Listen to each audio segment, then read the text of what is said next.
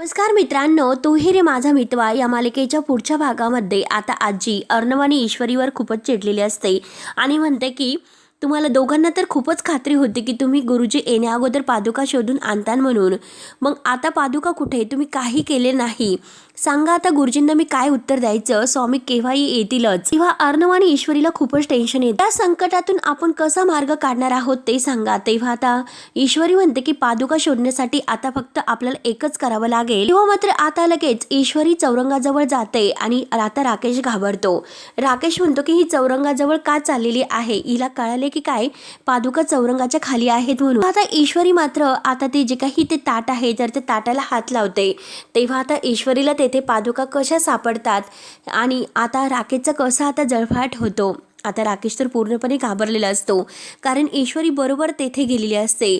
देवानेच ईश्वरीला संकेत दिलेला असतो. तर मित्रांनो, पुढे काय होईल बघण्यासाठी आपल्या चॅनलला नक्की सबस्क्राईब करत राहा. धन्यवाद.